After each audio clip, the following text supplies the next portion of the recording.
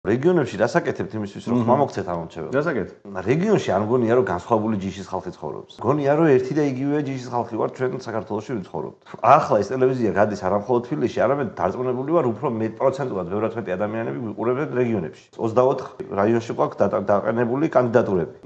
რასაც თბილისში ვაკეთებთ, იმას ვაკეთებთ რეგიონშიც. ანუ თქვენ თუ ფიქრობთ რომ მე დავდივარ ახლა თბილისში, ჩემი კოლეგა პოლიტიკოსები ვით ბაზარში შევდივარ და ხალხს ველაპარაკები, ხალხო ხმამობეცით, ვარიგებ ბუკლეტებს, ვეხუტები ხალხს, კოცნი, მათთან ერთად თითო ჭიქაღვინოს ვსვამ, ანუ ლეღვი დაგაქვს აქ. ხო, ლეღვი დამაქვს აქეთ. ამას ხო არ ვაკეთებ არც თბილისში, იმიტომ რომ ეს მიგვაჩნია ამომრჩევლის შეურაცხყოფად, იმიტომ რომ პოლიტიკოს მე მგონი ამის გამო არ უნდა ირჩევდე. პოლიტიკოს უნდა ირჩევდე იმ იდეის გამო, რასაც ხარს უჭერს, რასაც იცავს და იცავს თან თანმიმდევრულად წლების განმავლობაში.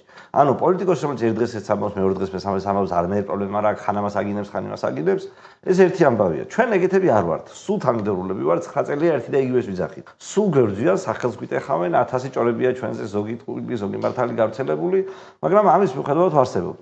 გვაქვს იმ ადამიანების იმედი, რომელსაც ვაფშე რამე ესმის და უნდა რომ გაიგოს მომავალში. გვაქვს ახალგაზრდების იმედი რეგიონებში მათ შორის, რომელიც უყურებს ახლა ამ ტელევიზორს და იმ რაღაც სადღაც ჩაბუდებულ სიგიჟეში რო არის, იქიდან გამოსვლა უნდა. ჩვენ არ გვიყვარს სუფრაზე გაკეთებული პიარი, არ გვიყვარს ბაზარში სიარულით გაკეთებული პიარი, არ გვიყვარს. სპეციფიური ხალხი ვართ, მაგრამ დრო მოვა და დაგვაფასებთ. ჯერ არ გესმით ანგლისში ვის ელაპარაკებით სამწუხაროდ.